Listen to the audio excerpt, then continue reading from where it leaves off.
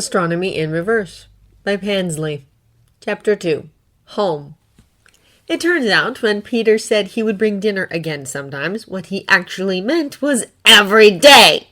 Bucky isn't mad when Peter knocks on his door the next day. Surprised maybe, but it's hard to be mad when he opens the door and that little face is beaming up at him, Peter's joyous, high-pitched voice calling out, "Hi!" in a bubbly squeak that startles both of them. The kid's cheeks go red, and he clears his throat, embarrassed, then tries to rein in his enthusiasm. "Brought dinner," he says in a slightly lower register. Bucky glances down at the bag of groceries in the kid's hand, just as heavy and packed as yesterday's had been. Then he spies the strap of a backpack hanging off the kid's left shoulder and wonders why he didn't just put the groceries in there before he steps aside, letting him in. "What is it this time?" "Well, I forgot to ask what you liked yesterday. So," Peter smiles, tentative and shy, "I got hot dogs and fries and some more Gatorade, and there were these, cupcake type things in the bakery aisle. I don't know exactly. They have this weird French name, but they looked really good, so I got those for dessert." Peter sets his backpack down by the door, and judging from its size and weight, it's stuffed full, presumably with school books. Well, that explains why he didn't put the groceries in there anyway. Bucky watches him place the bag on the counter before he turns to look up at him. "I probably should ask now before I forget, but what do you like?" Bucky blinks. Honestly, he doesn't know. When he picks up the necessities, he's mostly looking at price tags, mapping out what will get him the most nutrition intake with the longest shelf life under his budget. The only things still left in his cupboard are a jar of peanut butter and a package of rice crackers. "I'm not picky," he tries, offering a shrug. "I'll eat anything. Can't go wrong with a good sandwich and some fresh fruit, though." Peter's eyes light up. "Oh man, if you like sandwiches, then I gotta take you to Demar's sometimes. He has the best sandwiches in Queens. He toasts them, and then they just, melt in your mouth, and..." He pauses, cutting himself off, and gives Bucky another sheepish look. Sorry, I'm kind of rambling. Are hot dogs okay?" "Yeah," Bucky says, opening the bag to inspect the kid's purchases. "You lived in Queens your whole life?" "Manhattan till I was 5. He says, picking up the package of hot dogs to read the instructions on the back. "Queens ever since. What about you?" "Born in Brooklyn," Bucky replies, bending down to grab the pot. He doesn't want to lie to the kid, but telling the truth isn't exactly an option, so he follows up with, "Lived a lot of places in between." "That's so cool!" Peter gushes, smiling widely as Bucky hands him the pot. He fills it with water and adds the hot dogs before placing it on the burner. "Honestly, I don't really know if I ever want to live anywhere else. I mean, I love Queens. I guess that's normal, but I don't really have an urge to find somewhere else, you know? But I do want to travel for sure. I really want to visit Europe sometime. Oh, and New Zealand! It has these crazy mountain ranges that look like they'd be so much fun to photograph, but honestly, the idea of flying over them kind of makes me nervous." Bucky's not really sure which part of Peter's excited spiel he should comment on. He takes a moment while he prepares the fries to bake in the oven, and then finally goes with, "You've never flown before, I'm guessing." Peter laughs like he's embarrassed, though Bucky can't fathom why. It's not like 14-year-olds are expected to be world travelers or anything. "That obvious, huh?" he says, lightly stirring the wieners with a fork. Bucky doesn't get the chance to reply before Peter asks, "Did you always plan on coming back to Brooklyn?" No, he didn't. He spent most of his life not even remembering that he's from Brooklyn, let alone planning on coming back to it. But he can't say that, not to this kid, so instead he gives a non-committal aloof shrug and says, "Brooklyn's always been my real home." Peter smiles warmly, like that had been the answer he wanted to hear. Bucky's not sure what to make of that. "Yeah, that's how I feel about Queens, too." There's a beat of awkward silence, neither one of them really knowing what to say. He figures he should engage again, ask the kid something about himself, but the only thing Bucky honestly wants to know is why this kid is here making dinner in this crappy, cheap apartment. He doesn't get the chance to ask, though, because as he's quickly learning, silences don't really last around this kid. "Hey, can you speak Spanish?" "Yes." He doesn't bother mentioning the other 5 languages. It would just raise more questions, and the less questions the kid asks, the less he'll have to lie to him. "Why?" I'm taking Spanish in school," Peter says. "I'm pretty good at it. I mean, I get decent grades in it, but I have this oral presentation coming up, and, well, I have no one to practice with at home, so I'm worried I might not do as well on it, and it's kind of stressful because I really need to maintain my GPA. "A whiz kid by day and a superhero by night, huh?" Bucky says, cutting him off. He doesn't miss the happy little gleam in the kid's eyes at being called a superhero. "I know what you're gonna ask, kid, and it's fine. If you're gonna hang around here anyway, you might as well do something productive and get your homework done. So, says Peter, timidly but full of hope, so it's okay if, you'll... Yes, says Bucky, desperate to stifle the kid's stammering. I'll help you practice. Peter smiles with such earnest gratitude that it almost feels out of place, like Bucky had offered him something much more valuable than to just help with his homework. He looks up at him like Bucky just made his biggest dream come true or something, like Iron Man had personally asked him to join the Avengers and come live with them at the tower. It floors Bucky because he has no idea why something so small would mean so much to him, but then again, he doesn't really know this kid at all, does he? Peter mumbles a quiet thanks, still smiling to himself as he finishes boiling the hot dogs. Bucky watches, observing him, trying to figure him out. There's so much about this kid that he just doesn't understand. Sure, the kid is almost glaringly small for his age, but he isn't hideously disfigured or anything. He's got the plain boy-next-door look to him, unassuming and approachable, an average appearance that's pretty much swallowed up by the sheer wholesomeness that he radiates. He's got some brains if he's getting decent grades, but is probably smarter or at least more hardworking than he's letting on if he's spending so much time worried about his GPA. He may not be showing off his super strength every chance he gets, but he's still in good shape with a lean but firm build that he can't quite hide beneath his clothes. His shoes and backpack are new, so he's likely got a family providing for him, and mix that with the friendly demeanor, the smarts, the athleticism, the blinding awesomeness, and that downright endearing childish head of messy but manageable curls that he somehow hasn't outgrown yet, and Bucky is totally lost, staring at this kid with such honest confusion that he's grateful Peter hasn't turned around and noticed it. Because it doesn't make sense. Yes, the kid is short. Yes, he's awkward and shy and has a secret double life that he can't tell anyone else about. But none of that explains why, of all places, he'd want to spend his evenings in this shithole of an apartment cooking his own dinner if he's got parents who would do it for him at home, asking a complete stranger to help him with his bandage when he's probably got friends at school he could study with, who he could be spending time with if he's so damn lonely. He frowns. Beneath his sweater, Bucky feels a familiar, uncomfortable twinge of pain spread through his pectoral muscle near the metal plates of his implant, like it has been all winter. He flexes his metal fingers, trying to ease the ache that crawls up his neck, and focuses his gaze back on Peter, obliviously draining the water from the pot, careful not to let the boiling water touch his hands. Bucky looks down at his left hand, stares at the metal shining through the hole in his glove. He still hasn't taken it off from this morning. That doesn't make sense. There's nothing wrong with this kid. He could be anywhere with anyone right now, so why of all places and people is he here with him? He almost asks, but then Peter turns around grinning, handing him a plate topped with food, his face brimming with pride, and Bucky can't bring himself to. He'll find out another time, he decides. In this moment, Peter's smiling up at him, looking like there's nowhere else he'd rather be. The reason doesn't matter. It can wait. It's already a bad morning when Bucky is rudely awoken by the quiet, incessant buzzing of his phone across the room. He drowsily rolls off his mattress to retrieve it and is immediately assaulted by the biting chill of his apartment. Beneath the newspapers taped over the windows, Bucky can see that the glass is so chilled it's begun to ice over. He grumpily grabs his phone and answers the call. Hello? "Hey, Jim," says the man on the other line. "It's Robert Mitchell calling. Hope I didn't wake you." From the sound of his voice, it's pretty obvious that he had, but Bucky lies anyway. No, it's fine. Need work done? The old man chuckles in a jovial grandfatherly way. "Straight to the point, huh? You mentioned last time you were here that you have some mechanic experience. Well, my car won't start this morning. Think you could take a look?" Yeah, Bucky says, flipping open his notebook and grabbing a pen. Clearly, he's done work for this guy before, but he won't remember who he is until he sees his face. What's the address? The man cracks a lame joke about old age and memory loss before he tells him. Bucky promptly says that he's on his way before hanging up. It's while he's getting dressed that he notices something's wrong. His left arm is moving slower, heavier than it usually does.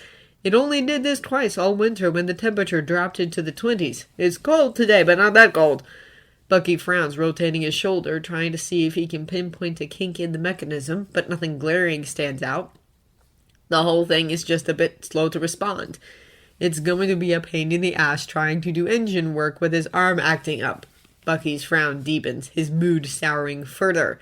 It worsens even more when he opens the door and sees that the sky is abnormally dark and full of dreary rain clouds. He'll either have to spend money he doesn't have on busing or taking the train there, or get rained on and have to work all day in wet clothes in this frigid temperature. Bucky glowers, sending the sky a spiteful glare, and turns to lock his door. He grabs the doorknob with his left hand and tries to squeeze gently, but his entire arm seizes up, locking his fist around the handle in a crushing grip. Bucky curses, grabbing his wrist and manually applying pressure on his palm, releasing his fingers. He pulls his arm away like it's dead weight, and the knob cracks and falls right off the door, hitting the balcony with a heavy metallic thump. God damn it! Taking a deep breath, Bucky closes his eyes and represses the urge to just say screw this and go back to bed. He can't turn down this job. He needs the money. With Peter bringing him dinner every day, he actually has enough saved up for rent this month, but now he'll have to take this job just to afford a new door handle.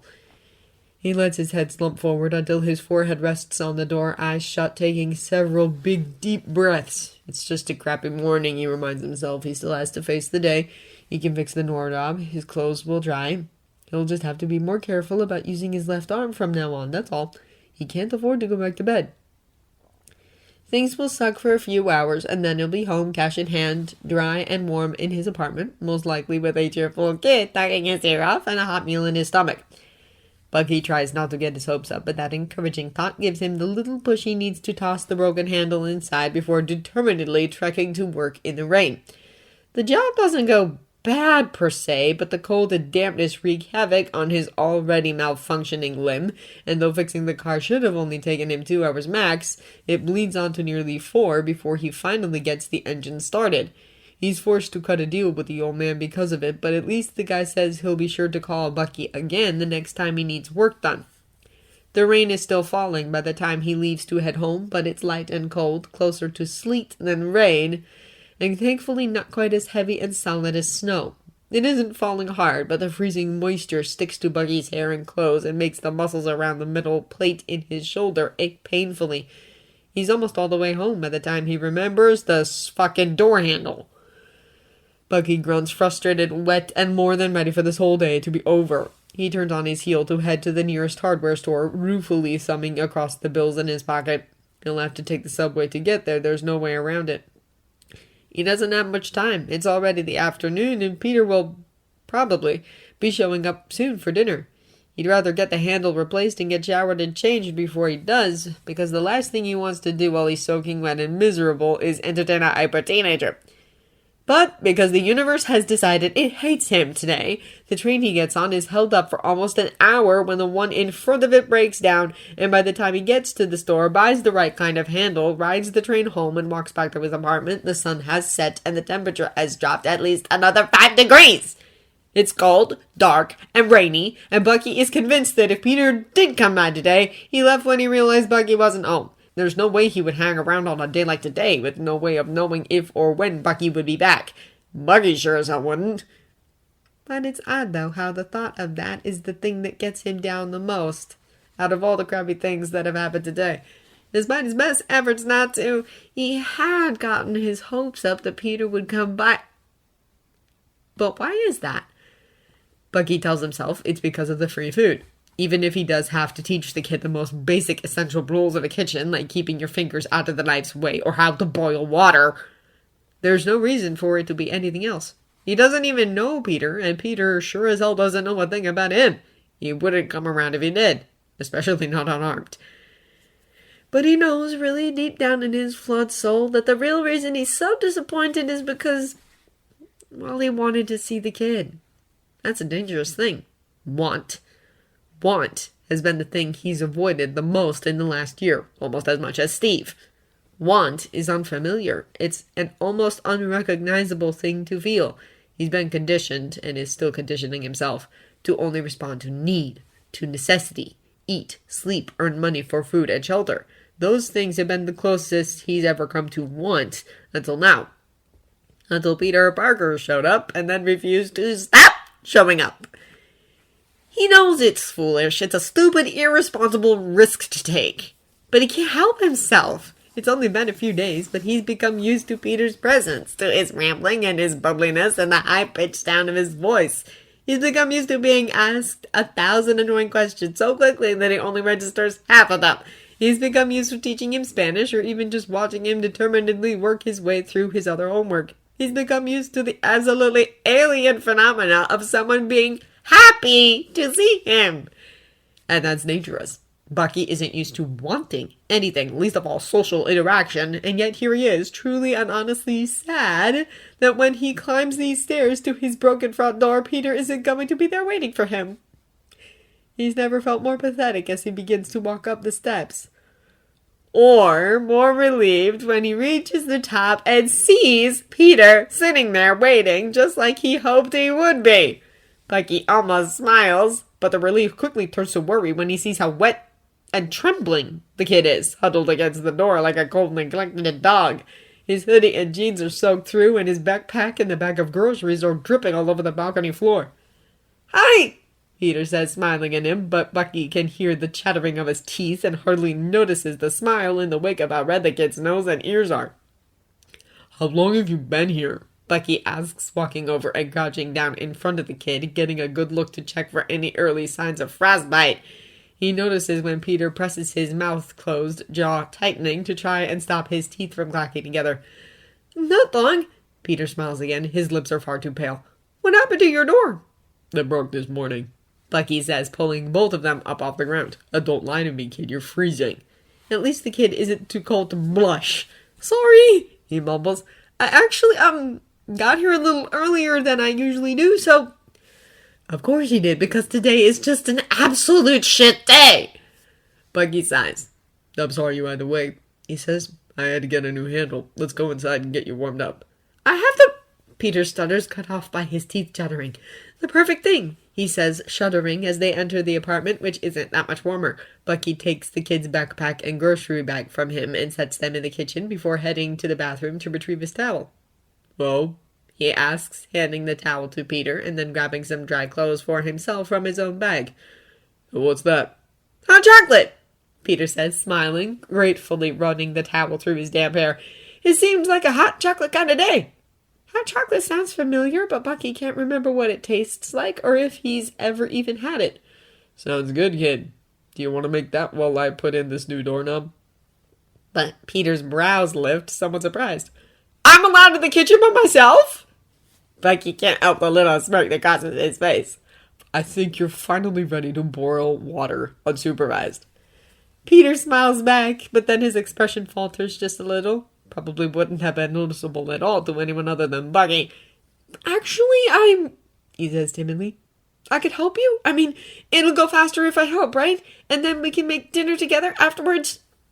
Bucky blinks, not really sure of what to say.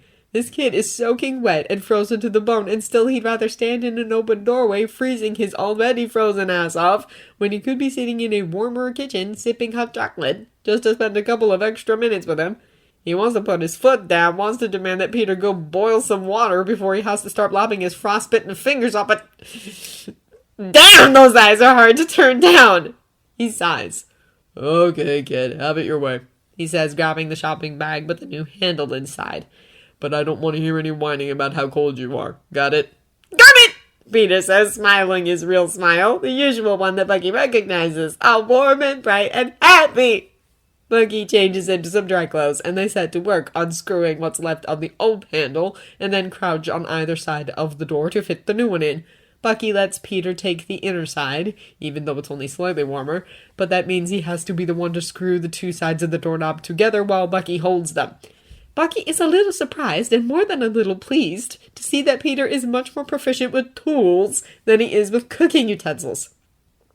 "So, Peter says whilst steadily turning the screwdriver. "You ripped the doorknob off?" "Yeah," says Bucky, surprised. "How'd you know that?" Without peeking around the door, Peter lifts the busted-off handle with his free hand, showing the very obvious finger indentions in the metal knob. Bucky has no idea when the hell he picked that up. Before he can ask, Peter surprises him even further. Is your arm okay?" "My arm?" "Yeah, this." Peter sets the doorknob down, focusing instead on finishing putting the new one in. "The handprints on it are from a left hand, so I just thought if maybe your hand locked up or something." "How the hell?" Bucky says, audibly disturbed. Did someone as smart as you not have the common sense to keep your fingers out of the way when you're using a knife? Peter laughs, an embarrassed, pseudo-offended sound. I never cooked before! But you do detective work all the time. Yeah, every night!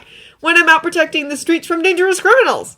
Peter laughs again, and it's such a bubbly, contagious sound, Bucky has to duck his head and shake it slowly from side to side to resist the temptation to laugh along with it.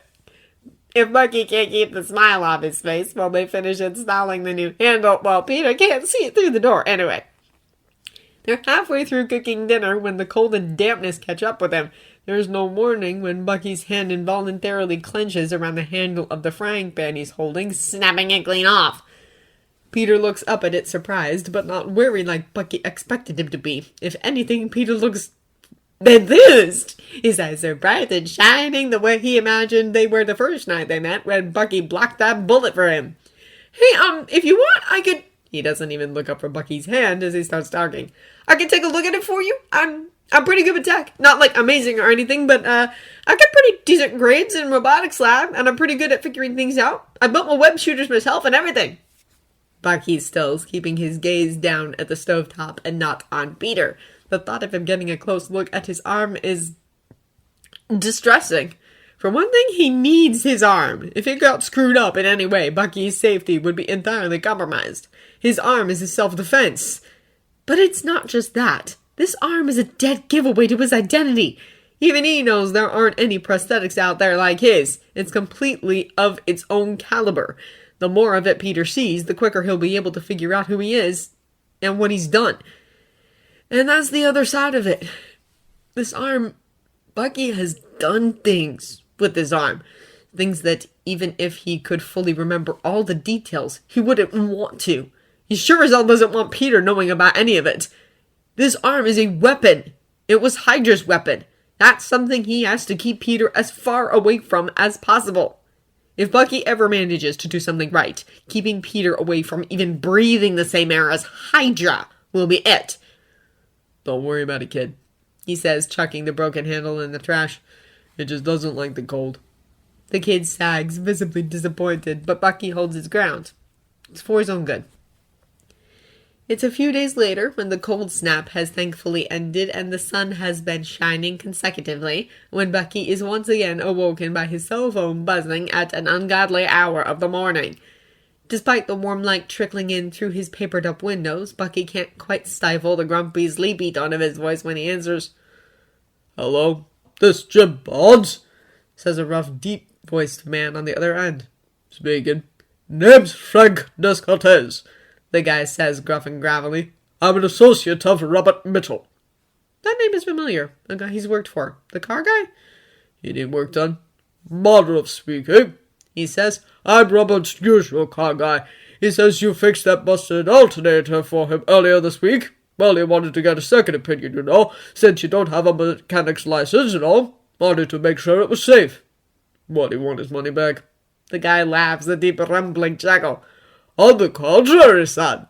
His tone lifts. He sounds downright impressed. You did some damn fine work. I'd like to offer you a job. Bucky blinks, not quite comprehending what he just heard. You're a mechanic. What do you need me for? Not a mechanic, son. I'm a salesman.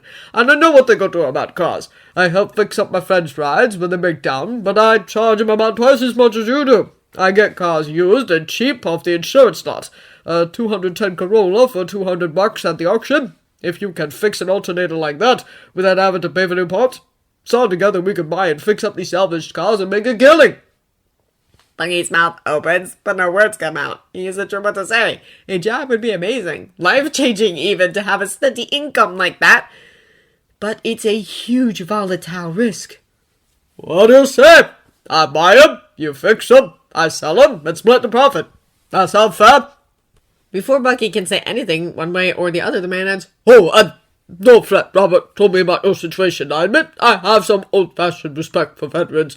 I'll pay you in cash, and we can do weekly payments until you get your affairs in order. I admire a man who doesn't stay down when he's kicked, but more importantly, you know your way around an engine, and that's what I need. So I'm offering you regular hours and a living wage, if you're interested.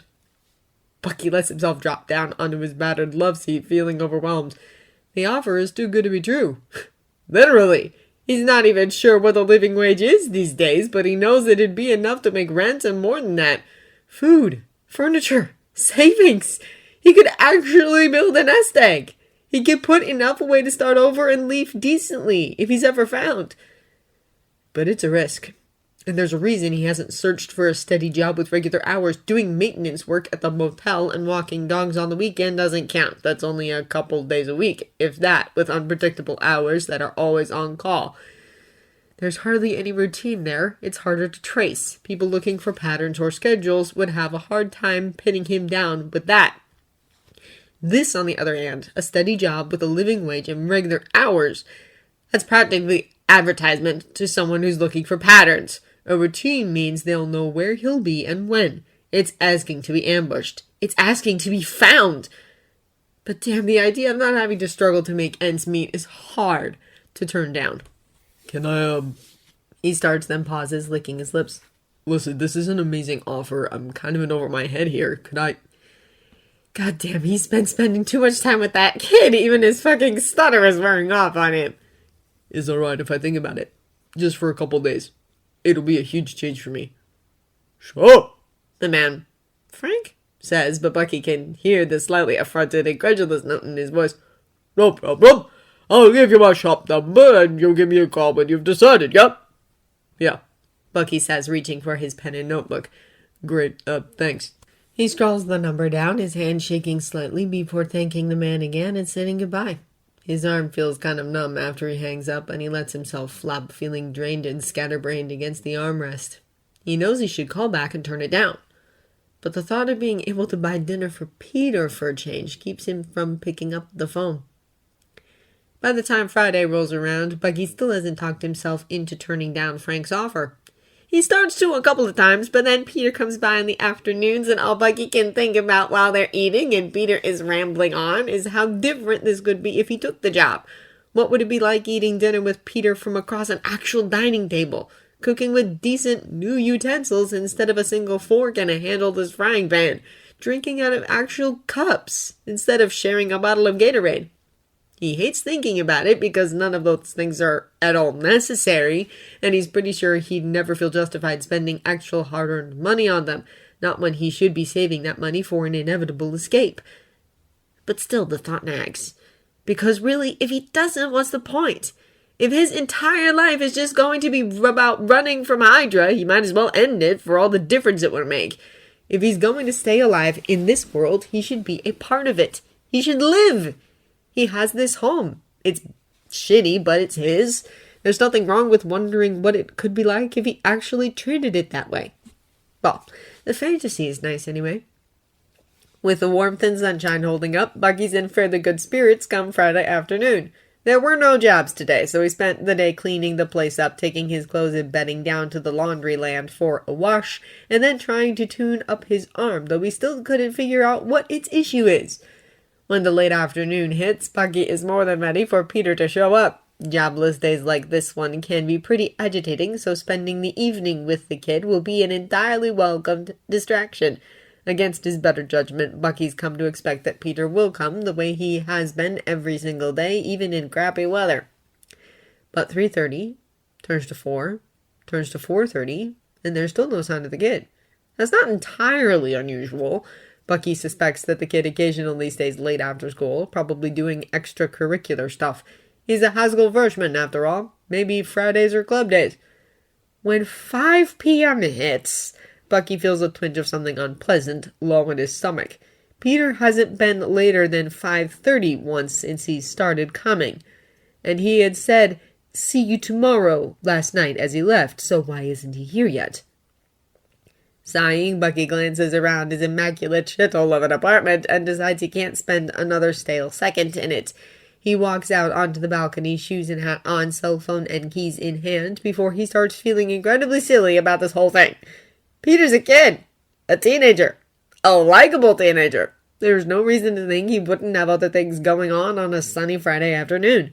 Maybe something came up. Maybe his friends from school invited him out. It's not like Peter could let him know if his plans changed. They've never exchanged phone numbers. Bucky tries to tell himself that it isn't a big deal, but a dark, insidious fear looms over his head. What if Peter ran into trouble on the way here, alone on a Friday evening in New York City? What if he tried to interrupt a mucking or a bank heist or a burglary? He knows Peter isn't weak, but if the night they met proves anything, it's that the kid has a lot to learn about picking fights. What if he picked a fight with someone he couldn't beat? Someone with a gun, while Bucky is standing here nowhere nearby to block the shot. Silly as forgotten, Bucky clambers down the stairs 2 steps at a time, heading for the street before he can talk himself out of it. He'll just walk around for a while, that's all, just to get the agitation out. If he happens to run into Peter on the way, then, hey, lucky accident! And if he doesn't, and Peter's waiting for him at home when he finishes his walk, he could just say he was at work, and if Peter isn't waiting... He clenches his jaw. As he reaches the main road, all Bucky can think is, I should have said yes when he asked me to teach him how to fight just for the goddamn peace of mind. His pace is brisk and steadfast as he makes his way down the sidewalk. When I see him, I'll tell him I've changed my mind. It's not too late. Anxiety swirls in the pit of his stomach like an ugly black hurricane. Bucky starts walking faster until he's almost jogging, like he can outrun the terrible feeling inside him. His mind is a back and forth tug of war between, you're being ridiculous, he's fine, he'll be waiting for you when you get home, and please God don't let it be too late. Bucky's about to start shouting Peter's name just to drown the thoughts out when he turns the corner and sees... Well, at first he doesn't know what. The fence beside the sidewalk is 8 feet tall in solid wood, a stockade-style fence no doubt built to give the owners the maximum amount of privacy possible in this part of Queens. Bucky's hyperactive, anxious train of thought is derailed when he turns the corner and sees a kid hanging from the fence, their upper body dangling on the other side, the posts tucked beneath their arms, toes planted firmly on the side to hold them up. Bucky can't see their face or shoulders on the other side, but he knows who it is instantly. He knows the backpack, the shoes. The relief almost knocks him on his butt. Kid, he says, coming to stand right next to where Peter is hanging. What are you doing? Peter jolts, lifting his head and peering down at Bucky from the top of the fence. Bucky, he says, obviously surprised, before a glowing smile spreads across his face. What are you doing here? I could ask you the same thing, Bucky says, giving Peter a pointed look. You spying on the neighbors? Peter's face goes beet red. No! He glares half-heartedly and then smiles again, a little more sheepish. I'm just saying hi to my buddy. I always do on my way over. Your buddy? Yeah, Peter says, lifting one of his hands to reveal the long, dirty, torn-to-shit dog rope he's holding. He brings me his toy when I walk by, so I stop and play with him for a bit before I come over. On any other day, Bucky's pretty sure he would find this endearing, maybe even cute. But for the moment, all he feels is a massive amount of relief and a small inkling of irritation. Peter turns back to the dog and says his goodbyes before hopping down to the street, smiling up at Bucky obliviously. Bucky wonders if it's a bad sign that his irritation immediately vanishes. Sorry, I'm kind of later than I usually am. I had tutoring today after school, Peter says, adjusting the straps of his backpack. It's then that Bucky notices the absence of a grocery bag. It's fine, he says. Do you usually hit the grocery store over on 8th? The kid smiles, a little nervous and bashful. Yeah, but, he stutters shyly. I was actually thinking, if you want to, we could eat out today at Del Mar's. I've been craving it ever since we talked about it a while back, and I think you'll really like it. I mean, don't get me wrong, cooking together has been really fun, but you said you like sandwiches, so we could, if you want to. The hopefulness in Peter's smile is infectious, and Bucky finds himself sighing, still coming down from the anxiety-ridden roller coaster he was riding earlier. Peter probably could have asked him for anything at that moment, and he wouldn't be able to say no. Sure, kid, Bucky says. Whatever you want. The moment Del Mar's deli grocery comes into view, Bucky can instantly see why Peter likes it. Delicious sandwiches or no. The place practically radiates that New York charm that makes this city so iconic. There's something so incredibly wholesome and familial about it, even from the outside, that has Peter's eyes shining the way they do whenever he's feeling all bubbly and excited. Which, from the moment Bucky met him, has so far been exactly 100% of the time. The door chimes when they open it, and a friendly-looking older gentleman grins when he sees them. Mr. Parker! Hey, Mr. Delmar, Peter says, practically bounding up to the counter. Have you been? Been good, kid. Where you been, huh? I used to see you every day, not now for, 3 weeks? Peter laughs in that shy, embarrassed way of his. Sorry, Mr. Delmar, just so busy. Uh-huh, Mr. Delmar says, obviously not buying it. He looks over at Bucky, eyes it for a moment, then asks, So what can I get you fellas? Olive at number 5, please, with pickles, Peter says before glancing up at Bucky. Make that 2, Bucky says, hand shooting out to stop Peter from reaching for his wallet. Kid, no, I'll get it. Oh, says Peter, taken aback. Are you sure? I don't mind. Yes, Bucky insists, lightly flicking him on the temple, making Peter give a surprised laugh. Make yourself useful and go find us a table. I'll bring the grub. Okay, Peter says, laughing, shielding his head from more flick attacks with his arms. I'm going! Bucky can't help the smile that crosses his face as he watches Peter head for the other side of the deli, sliding the cash over the counter. You must be the new foster dad, Mr. Delmar says to him, snapping Bucky's attention back. I am glad to see this. I haven't seen Mr. Parker laugh or smile like that in months. Not since the summer. I'm glad he has you who will bring him here, and not just for the business. The man smiles, but there's an edge to it, a tenseness in his face that Bucky can't quite discern. The other ones have all been no good. Bucky has to actually physically suppress the urge to gape. You haven't seen that kid smile or laugh since the summer. I know! He's always been so cheerful, but grief will do that. Grief and bad homes. And but I can tell, the way he smiles at you, you have given him a good home. I am grateful for that. He needs it more than anyone. Bucky doesn't even know where to begin correcting the man, but he doesn't get the chance as a tray of sandwiches is handed to him, just as Peter sidles back up beside him. Delmar walks away before he can say anything, so Bucky composes himself and says to Peter, You found a table? Butter! Peter says. Bucky looks down and sees a fluffy brown and white cat nestled in his arms. I found Murph! Well, that's great, Bucky says, giving Peter a look. But we can't sit and eat on Murph, so why don't you try again? Peter laughs loud and joyous, and Bucky follows him through the store, feeling Mr. Delmar's pleased gaze on his back the entire time.